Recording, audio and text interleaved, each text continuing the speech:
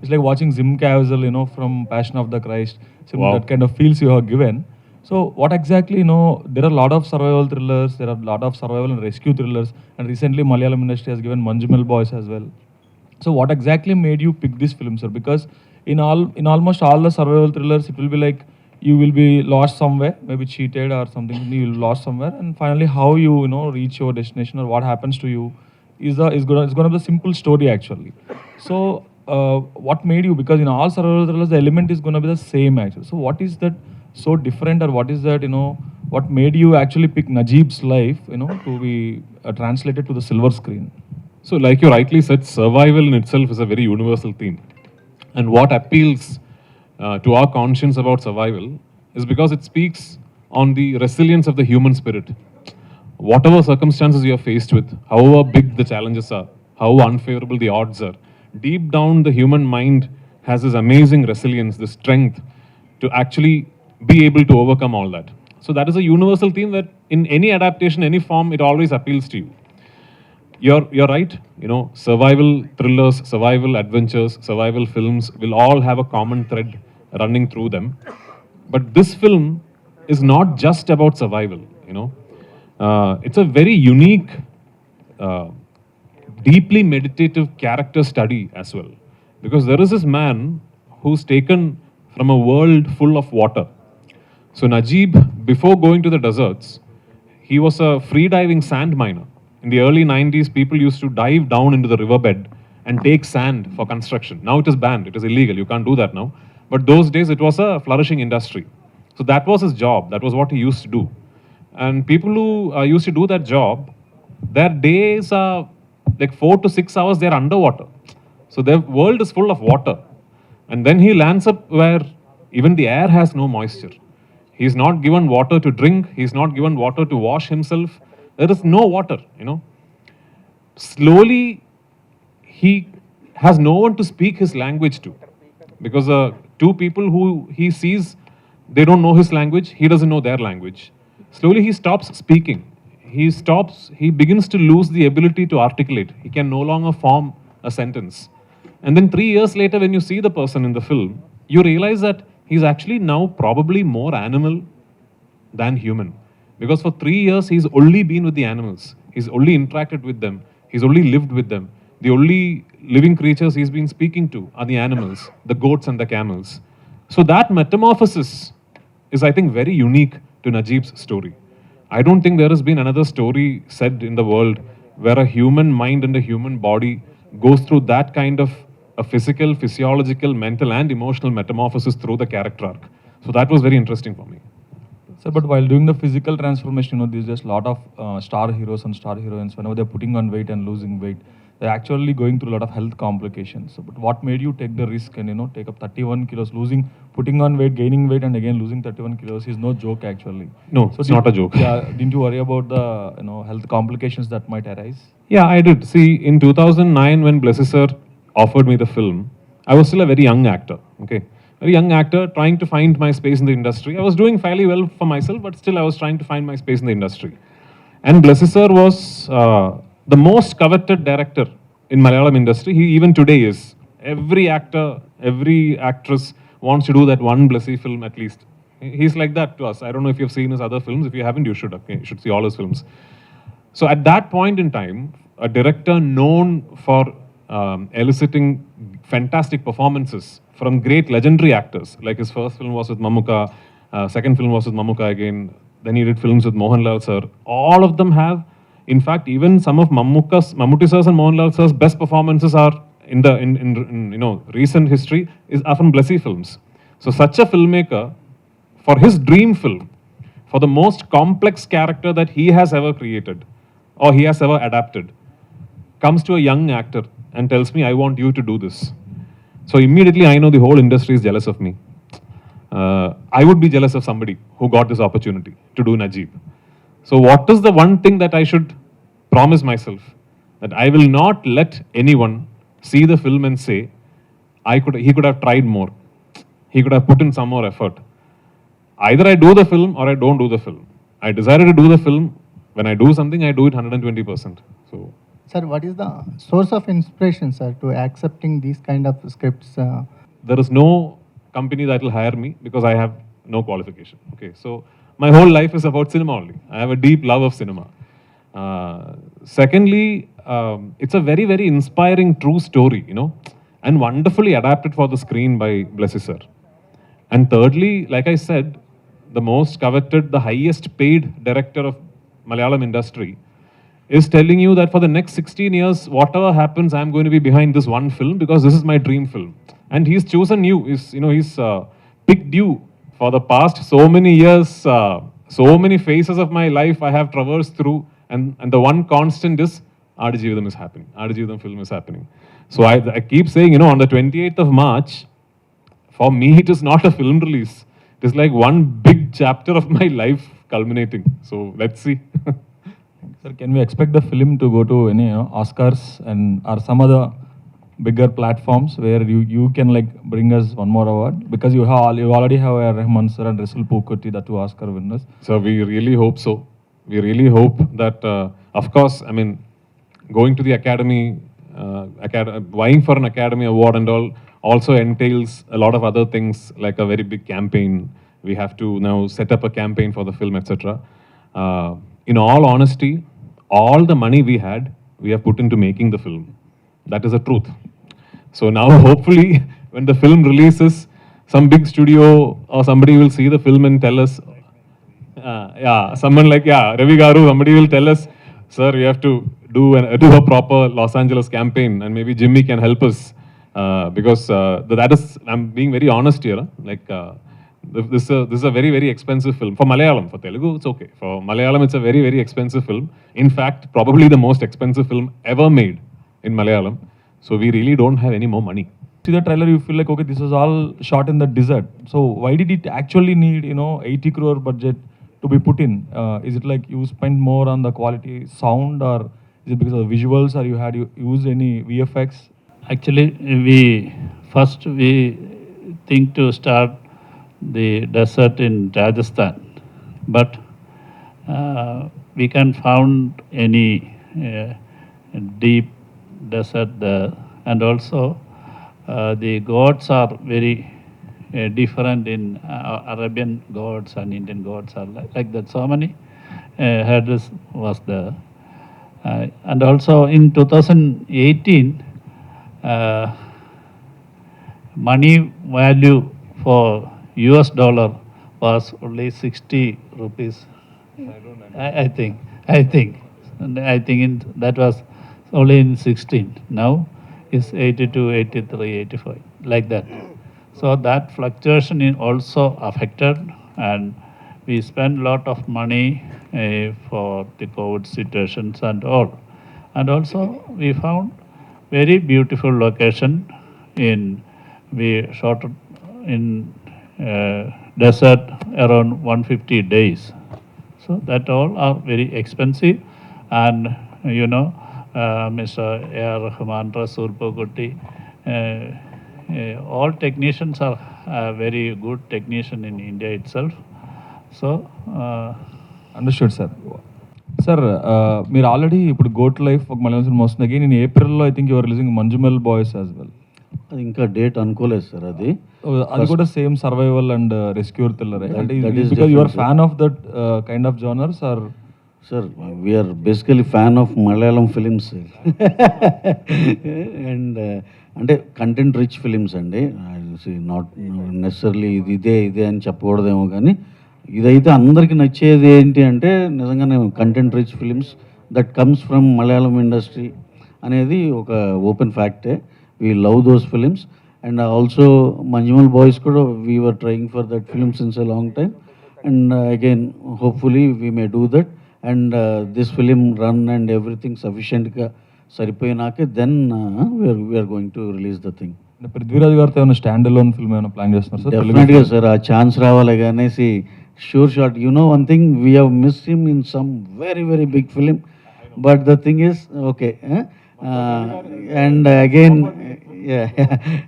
We use to approach him. అంటే పృథ్వీరాజ్ గారు అంటే ఆయన గురించి మనం కొత్తగా చెప్పుకునేది ఏం లేదు. ఎన్నిసార్లు చాలా ఆటలు ఉన్నాయి సార్. ట్రై చేస్తానే ఉన్నాం. Missed film I want to ask earlier. I wanted to ask actually. I think you, అది Megastar release అయిపోయింది Chiranjeevi sir. sir asked you for Yeah. Saira. Then you said you were shooting Aadu. I think again they approached you for Godfather. Again you said. I was very worried that Chiranjeevi sir will think I'm lying because I keep repeating this story. You know, in 2017 or 18, I think Chiranjeevi sir through Suhasini ma'am, Maniratnam sir's wife Suhasini ma'am, had gotten in touch with me to play a role in Saira Narasimha Reddy, and I was very flattered because Chiranjeevi sir thinking of me for a big role is for me like a big certificate. You know, so that time I told him, really sorry sir. You know, I would love to have worked with you, but I've just committed to this. I've just not committed. I'm beginning to shoot this film that I've been waiting for 10 years. So I have to grow my beard and lose weight and all that. And sir told me no problem, and he understood. I think 4 years later, when I had become a director, I had directed one film, and that film released, and it had become a hit in Kerala. Chiranjeevi sir had bought the rights to that film, and also Saira Narasimha Reddy was releasing. So for the Kerala event of Saira Narasimha Reddy, when Chiranjeevi sir came, I was the chief guest for the event. So at that time, Chiranjeevi sir's team was pitching the idea, asking me, why don't you think of directing Lucifer in Telugu also? Then I'm telling Chiranjeevi sir, I would have loved to, sir, but unfortunately there's this big film that I'm doing, sir, for which I have to grow my beard, I have to look. And he's like, hey, 4 years ago you said the same story. That actually happened, and I had forgotten that I had told that same excuse. But I hope Chiranjeevi sir's team has conveyed it as actually true. But no, Chiranjeevi sir actually, you know, he's such a sweet person. He messages me he once in a while, and you know, he keeps in touch. So does Ram, and he messaged me the day Godfather released, and yeah, and I'm hoping someday I'll be able to work with him. Yeah. Good luck sir. All the best for the Thank film. you so much. So while doing this kind of roles, whenever you felt that why I would choose this role, so much pain is there, a lot of changes are there. Your look is very painful. Look is there. Whenever you felt that why would I wouldn't have choose this role. Never, sir. I have, in the beginning, few months, I questioned why this role chose me. I have never questioned why did I choose this role, because it's a privilege for an actor. You know, you don't get films and roles like this. Even if you could say, I've done 120 films now as an actor. I'm directing my third film. I've produced, I don't know, 10, 11 films. But films like these don't happen very often. Like once in a lifetime film. So if you get an opportunity as an artist, forget as an actor, as an artist, any craft, to be involved with a piece of cinema like this, then you don't question that. I never questioned it. But both of us had that moment of fear when we had to stop shoot in 2020 following the pandemic. Because already we had invested so much effort, so many years of struggle. I had lost 1/3 of my body, more than 1/3 of my body weight, and we had to stop shoot, and we didn't know if we were ever going to be able to restart. But we could, and here we are. So are there any satires or criticism about the Arab sheikhs or Arab countries? So that one very important thing I want to tell you about this film is that this is not about going to another country and getting stuck. The actual core element of the story can happen to anybody anywhere. It's about forceful confinement. It's about forced labor. It's about taking away a man's identity from him. So that can happen to anyone, anywhere, if you are unfortunate enough to be going through those circumstances. In Najib's story, it involved him going to the Gulf. It needn't be that it has to happen in the Gulf. It can happen anywhere in the world. Okay, sir. All the best. Thank you. Pruthviraj sir, trailer is looking very heart-wrenching and emotional journey. Thank you. So did you feel ever the scene acting this film, so very claustrophobic of the audience to feel that your acting is very pioneering. So the taking another world, the audience is very impact of this film. I think I understood your question, so I'm going to answer to the question that I understood. Okay. Yeah, it's a very intense film. Yeah, it's a very intense film. This is not a film where you have a separate comedy track for relief and all. But I think cinema has generally moved on from that. No, I don't think now, even for a commercial film, I remember even for my own films, like in early 2000s and all, we used to read a script and then it will be like, oh, scene 23 comedy, scene 24, like. So then the comedy scene would be written later by the artist also involving in, because that scene would have no relationship with the rest of the plot. That is now not there in any film, I think. Anyway, there is no like relief track to make the audience feel good about themselves, etc. But this is a film where I don't think you would want to take your eyes off the screen, because basically, the book is a very, very detailed 43 chapter long documentation of what this man went through. And even the book, that big book, if you ever read the English version at least, it will be very difficult for you to put the book down. It's very, very difficult. You talk to people who have read Aadu Jeevitham, 99 out of 100 people will tell you, I started and I didn't stop till I finished. It's actually very difficult to put the book down. That big book itself is like that. And the film is a concentrated version of that book. So I don't think you will ever want to, want the story to go away. I think you will want to stay in the intensity. I think that's what I said. It's a very deeply meditative character study. You'll just want to keep traveling with this character. And that is because of the way he has made the film. Okay. I mean, an actor, since I am a director also, it will sound very immodest and not nice in me saying this. But since I'm an actor also, I think I can say, whatever an actor does, we are limited by our directors. So only a great director can make an actor look good. So, Aadu Jeevitham is the bestseller in the Malayalam. Yes. So, what is the need of telling on silver screen? What is the moral of the movie to tell the audience? Moral? Yeah. It is this, sir. It is this that, like yesterday, we had this wonderful program in Cochin, where as a tribute to the, as part of the promotion, we were paying a tribute to 30 odd survivors, people who have survived very difficult circumstances in life. So all of them actually shared their stories with us during the program. And one thing that struck us that Blessy sir actually rightly said during the program was that we are going through a time and phase where I think in general, the human spirit and the strength of the human mind is becoming very fragile. We read so many sad stories, of like somebody fell in love and couldn't get married, and so they suicided. So many stories of people giving up on life. I think in a world like that, in circumstances like that, a story like Najib's is the ultimate beacon of inspiration. What Najib fought through, what Najib survived, if he can do that, and this is not fiction, this is a real life, that man is there, he's alive and well. If he can do that, one 10 standard fail, one love failure and all is nothing. So that is the biggest lesson. Sir, when you stuck in the desert at the COVID period, what was going in your mind? Hunger, sir, hunger. I was always hungry. I was not eating food only. Because I had to be like this, Everybody was eating biryani and all. Nothing for me, actually. Pruthviraj sir, here. Good to see you. There is a film called Castaway. Yes. Did you watch that film? Yeah, many times. Till the date, that was my favorite film. Yeah.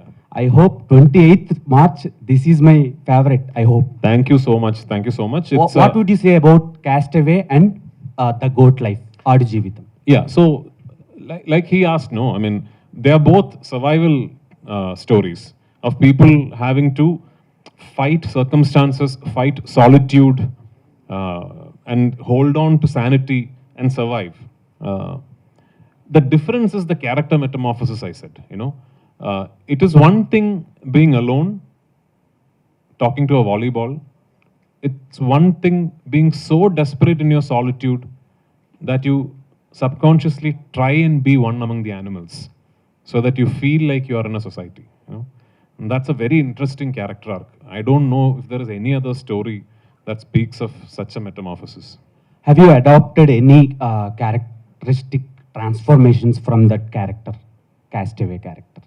No. So, I used to Google every possible actor's transformation to see what did each person do. Like, what did Christian Bale do for Machinist, and what did Tom Hanks do for Castaway? What did Vikram sir do for I? All these I used to, Vikram sir, then I could speak directly also. But the thing is, you can't adopt what somebody else did because your body might not respond to it. So, ultimately, my transformation was based on literally not eating, which means fasting. So I used to fast. I used to fast for sometimes up to 72 hours. I will not recommend that to anyone. I know that there are studies that say fasting is very beneficial for your, but I'm not an expert. So please consult a doctor and all before you do it. I had a doctor, a nutritionist, a trainer, everyone taking care of me. Actually, IPL season is running in. Yes. What's your favorite IPL team? You know, many people have asked me this, but unfortunately, I think I'm very old generation. I'm still yet to come fully in terms with franchise cricket. Like, because I like Dhoni, I'll support CSK, but I like Kohli also. So when CSK is playing RCB, I don't know who to support. You know, yeah. But I like international cricket. I'll support India. Yeah. Sir, Prithvi sir. One last question, please. Yeah. Sir, before Bahubali, we don't know the term of the pan-Indian release. But after the Bahubali, the doors open for the Telugu release. And after the KGF, the Kannada doors are open. And do you feel that this is the one film that opened the doors for the Malayalam industry to think big, to reach wider audience? Sir, actually, you know, Bahubali is that singular phenomenon that got all of us talking. But I think it will always have to be a process. I don't think that one film can actually make a change. When Bahubali 1 happened, all of us thought it is once in a lifetime. It will never repeat itself. Then Bahubali 2 happened. So then we thought it is only Bahubali franchise that can do this. Then KGF happened. So it will have to be a continuous process for cinema to grow beyond its own boundaries. So now Manjumal Boys has happened. It has found widespread acceptance in multiple states. Premalu has found a big acceptance in multiple states theatrically. So maybe Aadu Jeevitham will follow it up. The next Malayalam film will follow it up. So it will have to be a slow process. At least today we are in a position where I'm sitting with Ravi Garu and Maitri is presenting my film. I have to tell you, 5 years ago, when a film released, when a Malayalam film released, if you ask me who's distributing your film in Hyderabad, I wouldn't know. I really wouldn't know because our systems and networks was like that. We used to sublet, we used to give rest of India to one person. He used to then give it to different people. Hyderabad city, one person, Vizag, another person. It was like that. And it'll be like 2 screens here, 1 screen in Vizag. So 5 years ago, I'm not talking about 25 years ago. 5 years ago, if you had asked me which theater in Hyderabad city is your film playing, I wouldn't know. Today, I can give you the whole theater list because Ravi Garu is taking care of me. So. Sir, one more question to you as an actor, also director. And from the 16 years, you're on board for this film. But I love as an audience, I love the one song, that hope. And whatever happens in our life, we have always on the hope. But what is the hope as an actor you have, and what is the hope you have as a director to motivate, to bring to you as an audience? So right now, my only hope is that 28, this film is a super hit. That is my only hope, actually. Wow, amazing. Thank you. Thank you so much, media friends, for this. Yeah, he was asking me, sure. He was with us for the promotions yesterday in Cochin. We'll bring him. Najibka we'll definitely bring, yeah.